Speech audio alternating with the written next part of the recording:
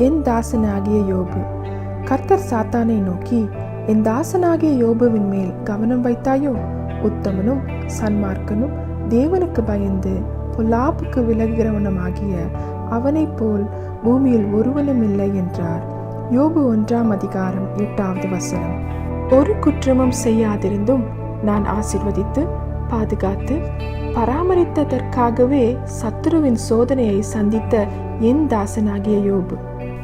ஏன் என்று கேள்வி கேட்காமல், கர்த்தர் கொடுத்தார், கர்த்தர் எடுத்தார், கர்த்தருடைய பரிசுத்த நாமம் மகிமைப்படுவதாக என்று துன்பத்திலும் துயரத்திலும் துவண்டிடாத துல்லியமான வார்த்தைகளால் என்னை மகிழ்வித்த என் தாசனாகிய யோபு.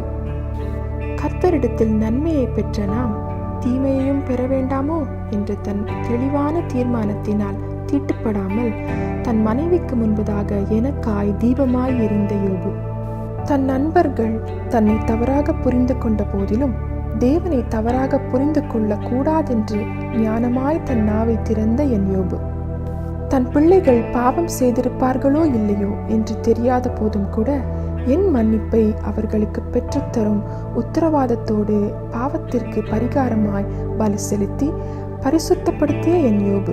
நான் நம்பி சத்ருவின் சோதனைகளுக்கு இடம் கொடுக்கும் அளவிற்கு என் நம்பிக்கைக்கு பாத்திரமாய் வாழ்ந்தான். இன்றைக்கும் நான் உன்னை யோபுவை போல் நம்ப முடியுமா? ஜெபம். பரிசுத்த பிதாவே, யோபுவை நீர் நம்பினதைப் போல என்னை நம்புகிற அளவிற்கு நான் வாழ எனக்கு கிருபை தாரும். இயேசுவின் நாமத்தில் ஜெபிக்கிறேன். ஆமென்.